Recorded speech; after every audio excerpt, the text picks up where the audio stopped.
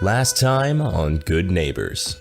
Our heroes face off against a hulking were-gator, and it hardly goes their way. A series of tactical risks go poorly, resulting in each member of the Good Neighbors getting badly wounded.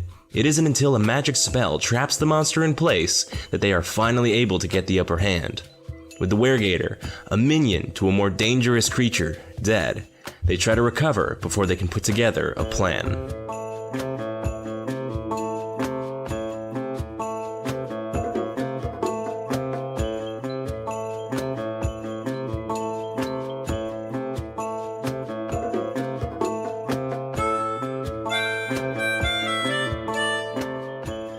So everyone is scattered about the sort of fenced-in shipping yard supply zone. Everyone is roughly, not even roughly, is pretty clearly beat to hell. I can't think anyone is without harm at this point in time. And though you are all stabilized thanks to medical supplies and magical healing, you are currently without transportation. Thanks to the Cascius' car being set ablaze for a little while there, and the were-gator having also done a number on it. Whew. Things are looking not so great. What does everyone do? I walk over to Cascius' car and start assessing the damage. I think I'm just kneeling in front of the car, just sitting there, 1,000 yards staring into the distance like, why am I here? Very nice. Flint, do you have the workshop tag on your Haven? No, I do not. But for my weird move, instead of magic, I am able to do weird science on things. Okay. To Go ahead try and give me a little read of that. Why not? All right. So, weird science is to create or adapt a device to analyze or deal with strangeness. I probably wouldn't be able to make a super-powered carjack with that, would I? I don't know about that, but something to at least take care of the magic damage that has been done to it. I think that that's fair. The car was set ablaze by a magical fire while it was flipped over, so a lot of the undercarriage is a little whacked out. Was that my fault or Beck's fault? That was Beck's fault. Okay, sweet. But wasn't it? I think it I could think have it was been a anyone. combined effort. True. The gator started it. The gator loosened it for you. Gators work in mysterious ways. Yeah, really everyone took a whack at it at some point. Guys, why did you all shoot my car? I do remember a spell throwing me into a wall, and I could not remember for the life of me if that was what lit the car on fire as well. It was definitely Beck. Okay. Yeah, let's flip this car over, and then, Flint, maybe you can, jerry-rig it. We definitely do need to get the fuck out of here, though. Like, Yeah. I'm sure the cops are on their way. I can agree with that. Anybody have any ideas on how we can flip it? I just look at Beck, and I'm like, yeah? I mean, like just Hulk out and flip it? Can you? I can try. You do get a little bit of a head start because Flint, if you recall before, in the middle of the fight, the car's auto jack fell out of the trunk. So you can get like at least a foot off the ground as a starter, so everyone can kind of get underneath it. I think that's fair. I'm gonna use the jack to get it a foot off the ground, and I am going to tell everyone that we're all going to push at once it's tilted. I really appreciate you guys all coming together to help me put this right. I really appreciate that. Yeah, of course. Does it look like it has enough oomph in it to get to a gas station with a vacuum cleaner by any chance?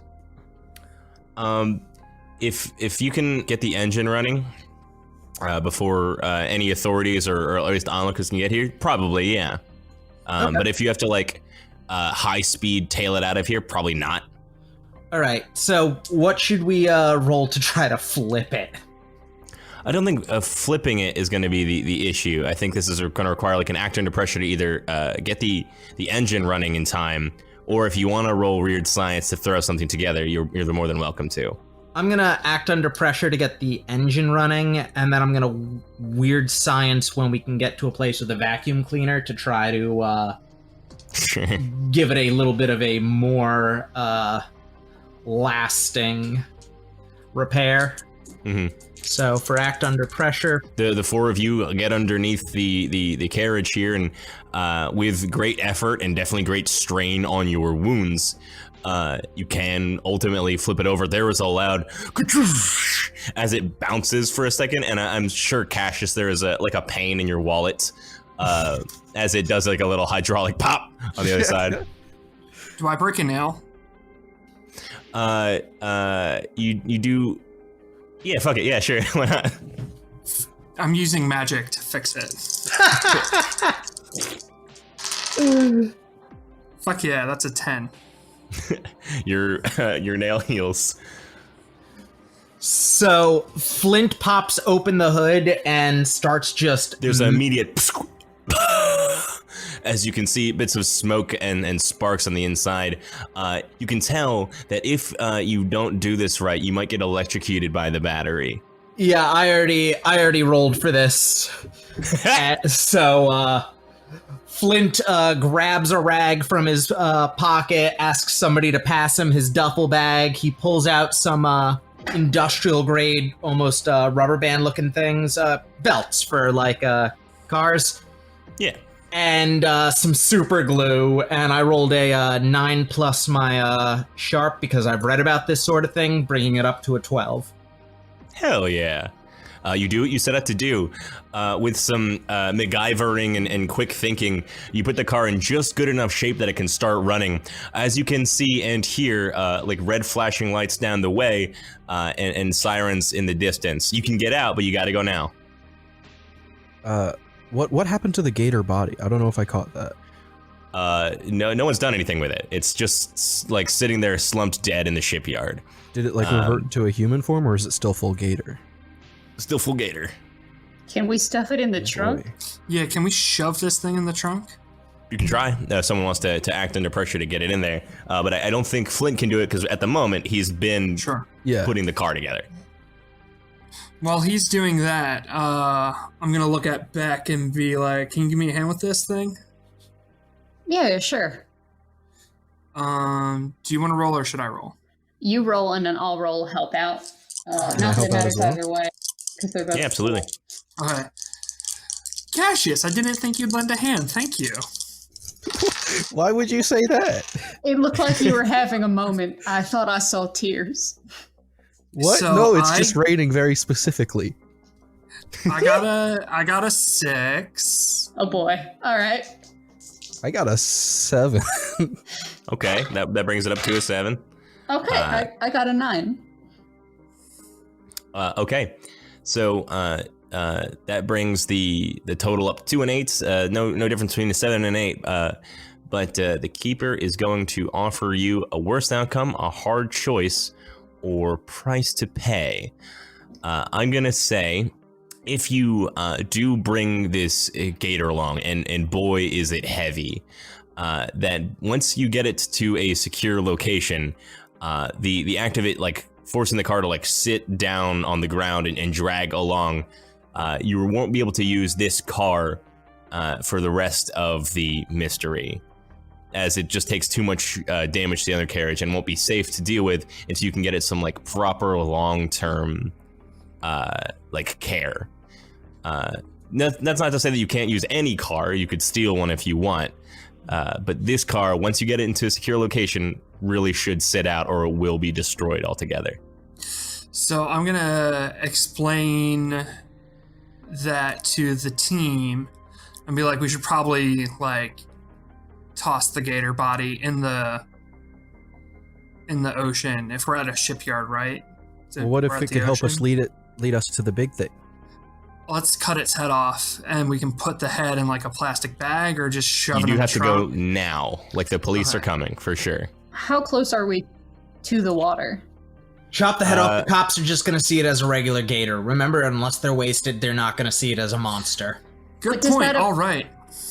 We don't know that. I mean, we know that if the monster's alive. That's the way things work. Is the gator already in the trunk? You've been dragging it. I would say it's like right outside the car. If you're gonna do something with it now. Let's just bring it. Yeah. We don't need my car for now. I Alright. don't like the idea of leaving loose ends, were-gator-sized ends. Let's bring it then. I just really want its tongue, but sure, we can bring the whole thing.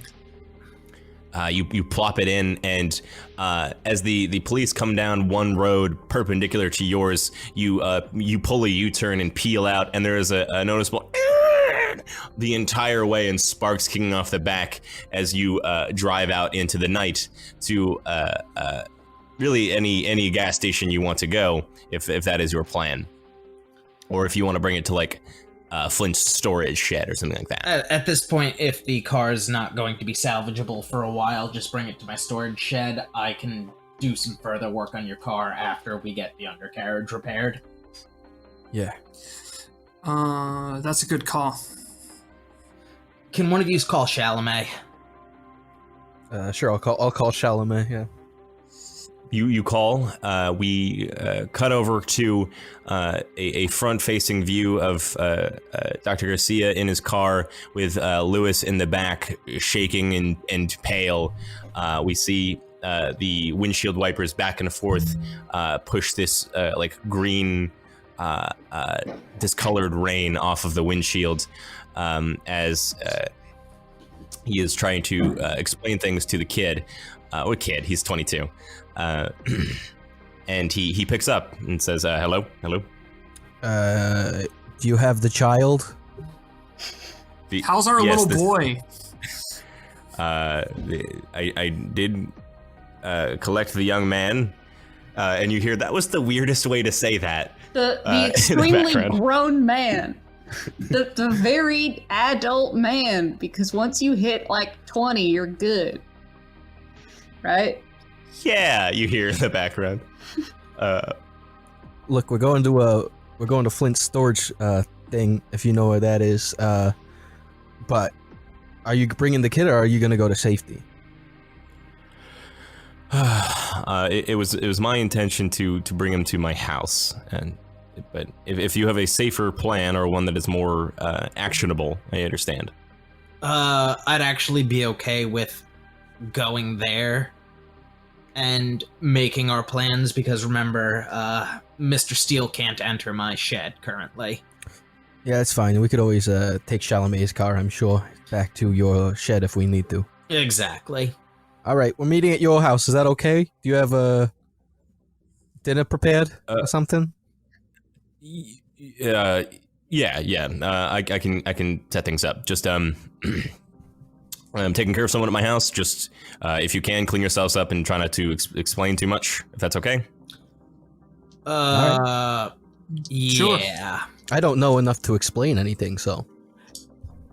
That'll be is- very useful then. Is there somewhere private we can meet at your house so that you... Yeah, I'll tell her to go upstairs. It's just my niece. Don't worry. All right. Okay. Then I will see you there soon. He gives you his address and stuff. We're a remarkably subtle group. He, I think, is thinking the exact same thing as he hangs up, and is trying to, like, in his head, imagine some sort of explanation he can give for 4 complete strangers of odd character coming to their house. But yeah, he drives off, and we see his car go off into the dark. His headlights cutting through nasty fog and terrible rain. And we see you guys at the storage shed. What is your plan? Oh, I thought we were going straight to Chalamet's and then stealing his car to go back to my storage shed. Is that what you're doing? Are you? Yeah, I thought we were gonna go to his place first, Okay. and then make a plan, and then if we needed anything, from the storage shed, we could go there after on our way. Yeah, we're like resting up at Chalamet's, right? Okay. Excellent. Dr. Garcia has this absurdly like old-timey looking mansion. It has like cast iron fences on its balconies. It has like the gargoyles on pedestals and the long driveway up a hill. And behind it is surrounded by like forests and little pathways. A lot of the lights are on, so in the dark it sort of just looks like this like Scooby-Doo-esque spooky mansion with all of its yellow lights looking at you from afar. And as you pull up with your car striping along the bottom, we do see Chalamet outside with like an umbrella in the rain. And through a window, we see Lewis like eating some spaghetti. Before we get out of the car, I want to turn to June and go, "Hey, do you got an eyeliner pen I could borrow real quick?" Yeah, of course. It's It's blue though. Is that cool? That's fine. Looking at the spooky mansion, I immediately, on top of my beard, draw a Gomez Adams. Like on top of my normal mustache, I draw a Gomez Adams mustache with the eyeliner pen, and I hand it back to June. Get it? Because we're at a spooky mansion. Is this a bit or is this part of a ruse? He did say to clean ourselves up, so I guess he's fitting in. Yeah, I'm trying to clean myself up. You look great. Thank you. Do I see a shed on the property? Yeah. Cool. Instead of going in the front door, I'm gonna head towards the shed with the duffel bag of supplies I have. Okay. It's just like a regular ass tool shed. There's like gardening supplies in there and whatnot. Are there any like croquet or cricket or baseball bats, anything like that? There are like golf clubs and things. Why? I need something that I can put silver nails through.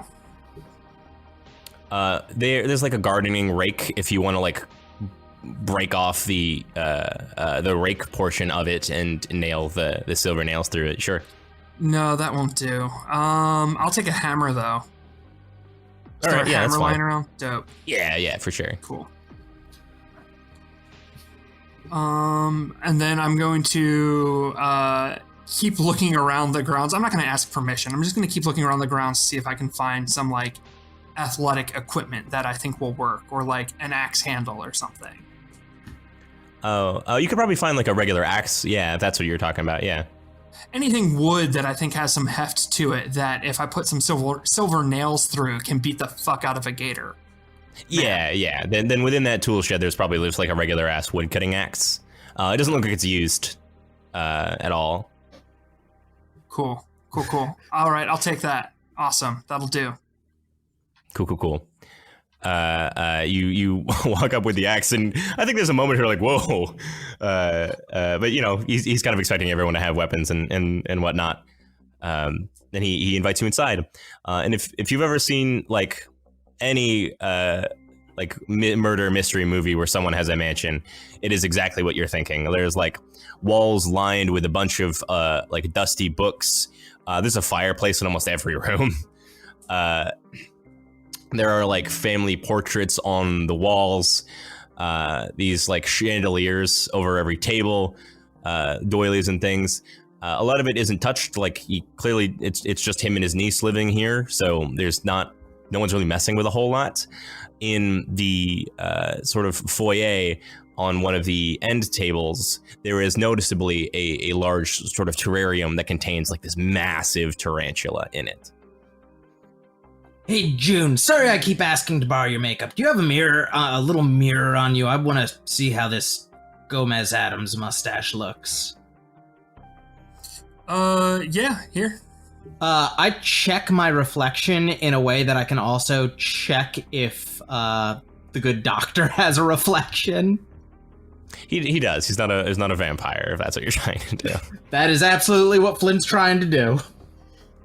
And he made the quickest meal he could think of, which is spaghetti, and it's just kind of it's there. And you didn't like make meatballs or anything like that. So if you do want to eat, you can. And there's clearly like a headmaster table or headmaster chair at the end of like a long table where Lewis is currently sitting in the big one because it's the comfiest, and there's like a pot and stuff set out next to him. And he motions for everyone to sit down, but no, he doesn't like make you. He doesn't try to like usher you into the seats. He just looks at you all and says, "Okay, so what have you figured out?" Would someone more eloquent like to explain, or should the crazy man start rambling? Leland, question for you. Yeah. Per our discussion earlier today, does June recognize this creature? Oh, I mean, yeah, a little bit. I don't know if bit? you recognize them individually, but like the type of monster, absolutely. Yeah, I don't think I would necessarily know. It's not like a 1-to-1 recognition, yeah. But yeah, but like I recognize this type of creature. I've dealt with it before. Yeah, yep. Okay, cool. I'm gonna look at everyone and say, yeah, this is the first time that I've ever dealt with one of these. It looks like some sort of, I don't know, Every day, I mourn the loss of the insight check. Yeah, the lack of lie detector in this game is... There's one lie detector, So and good. it makes you godly, but... it looks like some sort of hulked out gatorman. Definitely seems like it can take a punch. Silver seemed to work well. Okay. And I think as I say that, I'm going to throw the satchel that Loon brought and onto the table and like get to work with, outfitting all of our weapons. I'm going to take like Cascius's and Flint's guns and start like loading them with the silver like emptying their rounds and loading them with the silver and stuff. Okay. While we keep talking. Additionally, we learned that these gators are a byproduct of a greater creature. Something putting spores out into the air that's infecting and causing people to become these lycanthropic gator men. Okay. Speaking of which, do we know if like you get bit by one of these, if it turns you? Does anyone know? From what I was able to tell earlier, no. It seems more like those who have breathing issues or are asthmatic are more likely to be infected by the spores because they are, when they are gasping for air, they're taking more in. Should we get masks? I'd hate to not take an airborne contagion seriously. Yeah, that's probably a good idea. I think we should all wear masks, and if I catch anyone wearing it on their chin, I will shoot them. Christ. With the silver round, because we don't want anyone to turn. Yeah. Exactly. Okay. So this larger creature, when you say larger, do you mean physically bigger? Because that would not be very good. It might not be physically bigger. I was using larger metaphorically. Gotcha. Okay. Can I ask a question? Yes. What's wrong? So these gators, this is like the same kind of thing that the kid turned into, right? That we just killed. Did we just murder someone? Because I've been involved in some sketchy stuff, and I don't know if murder's been up there yet. And the body's in my trunk now, which feels incriminating. Flint turns white as a sheet.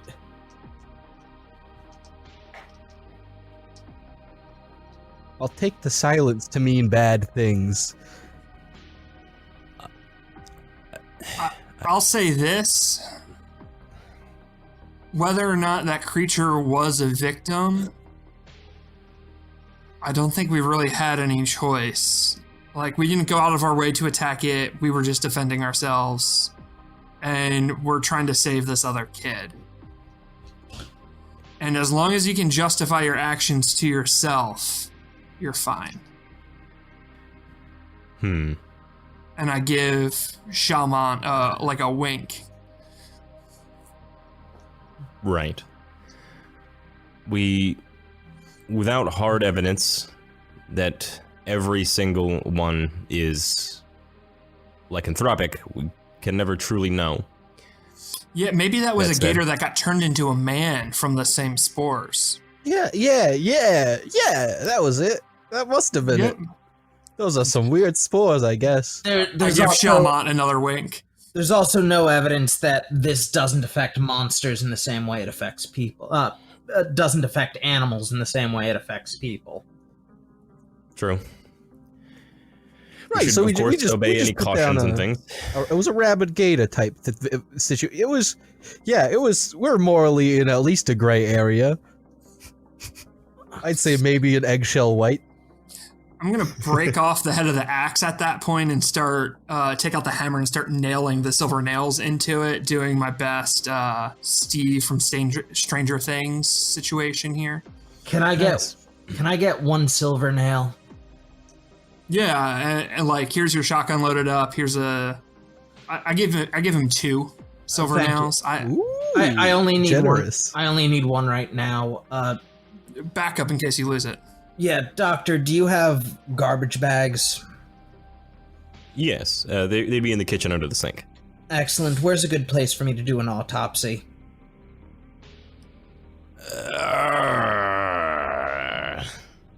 Yeah, have we seen the niece yet? No, we can probably hear her upstairs. Okay. I just like she's like walking around. I want an excuse for if she like sees all these weapons, like all these fucking guns on the table and shit. All right. Point of order. Before we start on the autopsy, I don't think we ever gave Cascius a full rundown of what we do and what's going on, and I don't believe we've given Mr. Steele a full rundown of what we do and what's going on. Doctor, would you mind? Before that, the least we tell Mr. Steve here, the better for Steve. Steele. Now, he got into this because he was looking for it the same way the rest of us at some point or another were. I mean, guys, I thought he was doing a photography project, right? Beck turns to Lewis, who is sitting there eating spaghetti.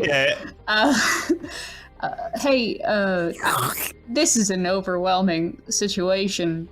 How much do you, want to be filled in? It's not like it's a one-time thing. Like, if you don't jump on it now, you'll never know. It's just like, do you think more information will help you process this, or less information will, keep you feeling okay? I don't know. I had kind of always thought that knowing more would make me feel safer, I don't know. Okay, it's definitely gonna be hard to sleep not knowing what's going on. And thinking that, at any given moment, there's a creature beneath my bed or something, and nothing I can do about it. There's nothing under your bed. In your closet, though. I'm gonna be honest. That was a joke. I'm sorry, Lewis. Yeah. What the hell? Just let the doctor give the explanation, I think. I'm gonna give him a cigarette. Here you go, kid. He takes it, and Garcia clearly doesn't like the idea of smoking inside his house, so he just opens a window because the young man needs it. Yeah, he starts lighting the cigarette and taking a puff. All right, Lewis. All right, hold on. Before you explain, Mom, listen to this part of the podcast.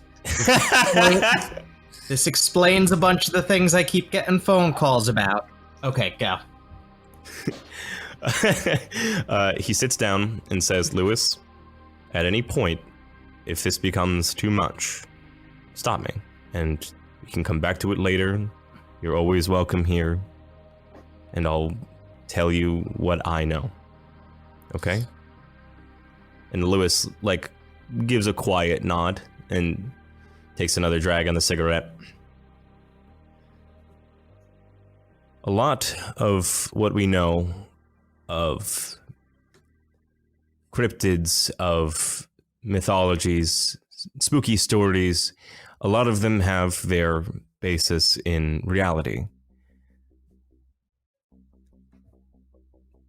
The thing is that something, and no one is truly sure what it is yet, hides them from our consciousness. Have you ever heard of the collective unconscious? I believe it was Carl Jung who fostered some of these ideas in psychology, that we all are aware of certain things in the world beyond our understanding. I believe he called it the stranger or something along those lines. That we all are aware of it and can come to this idea collectively, and it is passed down instinctually and genetically across the world. And Lewis shrugs because, okay, sure, I'll take that.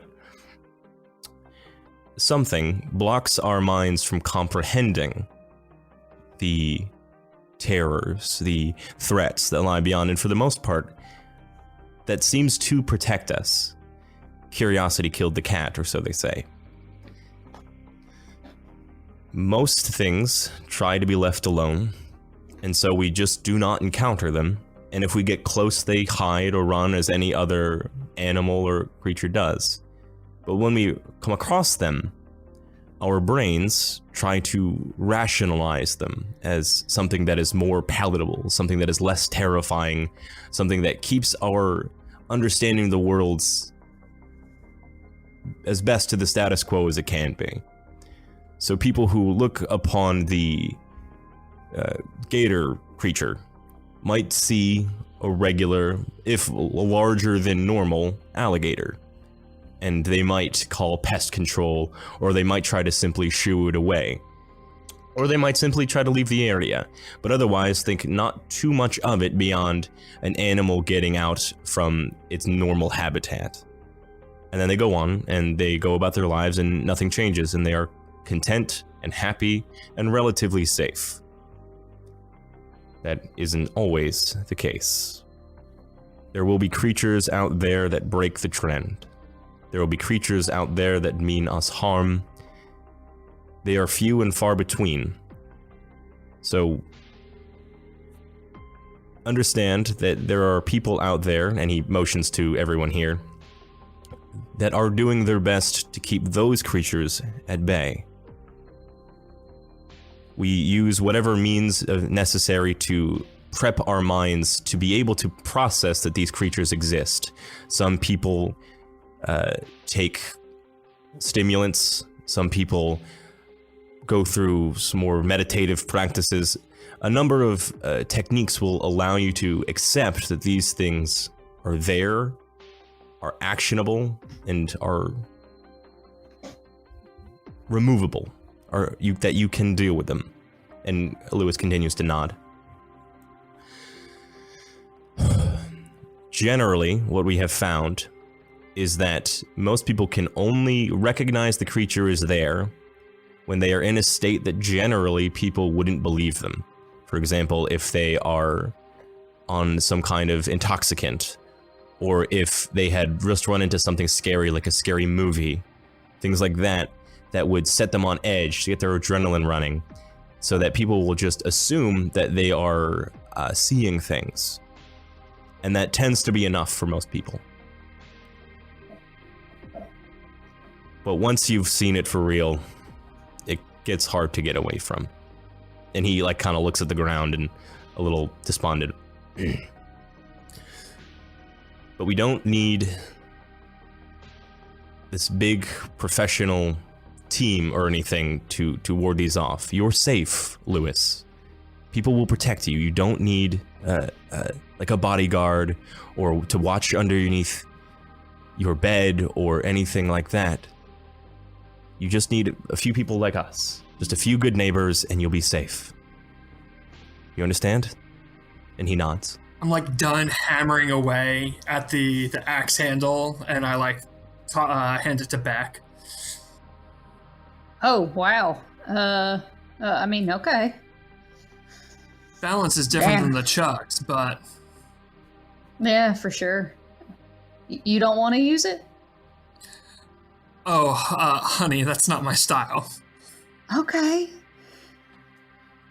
Oh, a note, sorry to not mention this before, magic is real, and everyone can see it, so we need to make sure that we use it subtly, otherwise we expose people to different things, and like the speed at which he does this and kind of glosses over it catches Lewis by a little bit of surprise. But he's like, oh, okay, sure, I wasn't planning on doing it, or trying it, that seems bad. Magic isn't bad. Don't fuck with Ouija boards, kid. Really? Those are real? No. I don't know. If you play D&D, Satan crawls into you through your anus. That's also not true. Look, Mazes and Monsters is a far out game, but that's nothing to worry about. For what it's worth, can you really say it isn't? Like, he points to Beck, you have magic Hello Kitty Band-Aids. Like, who's to say any Ouija board isn't real? The Hello Kitty Band-Aids aren't magical. They're like training wheels. I'm not good enough at magic to kind of cast it wholesale yet. So I got little odds and ends as like components. Where did you say you learned that again, Beck? I think I very decidedly didn't say, June. Oh, I'm sorry. My bad. I mean, And the like, I got books on how to do that sort of stuff if you're looking for further research. I think I'm okay. No, not you, June. Oh. They seemed very interested in where Beck was studying, so if they need further research, I've got like a book on that. I don't know if it's real or not, but Oh, it's call it professional curiosity when it comes to Miss Beck. Though I do have my professional curiosity about you, Flint, and I would be glad to look at your books. yeah, sure. And I'm gonna slide Cascius back his gun, now loaded with silver bullets, and give him the extras for his pistol. If I remember correctly, that's 6 shots on Flint's shotgun and 12 shots on Cascius's pistol. I think we at least used one of the revolver shots, I think, at least. Okay. Effectively, I'm not going to keep track of your bullets necessarily, and it's just sort of like, they will last through the next fight. And Garcia starts scooping food, and he says, one day we should all sit down and figure out how we all got here. But until then, there's a clear and present danger that we have to deal with, so that should probably take priority. There are more of these lycanthropes out there, and clearly any single one can do a significant amount of damage to any one of us, which implies to me that we're going to need some help. I was thinking the same thing. You are welcome to keep your secrets. I won't ask any further. I understand the nature of this sort of thing, but if you know of anyone who can lend a hand while we try to deal with this monster, that might be the difference between life and death. I'm no strings, baby. I got no friends. You have us. He gives like a half smile nod. Okay. Can I use your bathroom? Sure. Beck is gonna go into the bathroom and turn. The bathroom has like a bathtub that could fit 4 people, but no one's taking a 4-person bath here. Beck Wasted opportunity. Yeah, I know how sighs this campaign's ending. and Four is a very specific number. I just took it from Beck- what's it called? It's like some like pad or some weird show about rich people's houses. I used to Cribs. One of the places I originally lived in had a 4-person jacuzzi bathtub, and we just threw on bathing suits and like drank in it. Respect. Dope. But anyways, yes, in the bathroom you find this lovely porcelain tub and like this beautiful like glass sconces and things like that like keep the room maybe unnecessarily nice. yeah, I think Beck goes through a small face journey of like sighing at the opulence and also enviously eyeing the opulence. Turns the faucet on and then calls Grand Master Chuck Hayes. Yeah, we don't have to necessarily act that out, but I do think that she would Sure. fill them in. Yeah, absolutely. I mean, this is your move from the beginning of the game, right? Yeah. When you are in good standing with your sect, at the beginning of each mystery, roll plus charm. On a 10+, they provide some useful info or help in the field. On a 7 to 9, you get a mission associated with a mystery, and if you do it, you'll get some info or help too. On a miss, they ask you to do something bad. If you fail a mission or refuse an order, you'll be in trouble with the sect until you atone. And Okay. at the beginning of the mystery, I got a mixed success. Yep. I think the mission he gives you, he's reasoning help because obviously it's necessary and there's a terrible evil out there, is that he is wary of sending any, I mean, the bulwark is low in number. So he is wary of sending people, even in teams, to face any one of these creatures on the off chance that they end up facing like 2 or more at a time and get decimated. So if you can get him and the rest of the bulwark any sort of visual evidence of how the monster fights, then they can watch it, analyze it, and go in there safer, armed with better knowledge than maybe what you guys had at the start of your fight. Okay. But this isn't me trying to retroactively use our monster fight. This is a mission for the next fight. This mission you can accomplish it any number of ways you want, but Okay. until you get evidence of what the monsters fighting looked like, if you could like do anything to get evidence of what your previous fight looked like, then that would work for sure. Mm-hmm. Any number of things is doable here. Okay. But as soon as you get him that, he will then disseminate amongst the team, practice with them on how to fight this creature, and then delete the evidence and whatnot. Okay. Beck will rejoin the gang and get a bowl of spaghetti. Faucet was a nice touch. I don't know what you mean. You got Parmesan, Mr. Chalamet? I do. And he brings out like a brick of the cheese and starts like Who are you? grating. What is this? You live like sorry? this? Every day? Every day you live like this? And Beck like takes the brick of cheese and just bites into it. There's a noticeable horror as you do that, as he brought a grater out for it. She will also grate some. It's a little late, but yeah. You gonna need that grater after this? Why? We got a body I need to autopsy, and You want to run a grater across it? I'd like to Nope, break. all right. I'd like to break down some of its parts. Okay. Look, I have friends who may or may not be able to help, but do we know where we're going yet? No, I'm hoping the autopsy will tell us a little bit more about where this, the spores are coming from.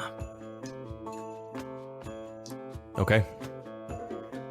If you can take care of that, and if you can gather your allies, then we can take a step forward. Okay.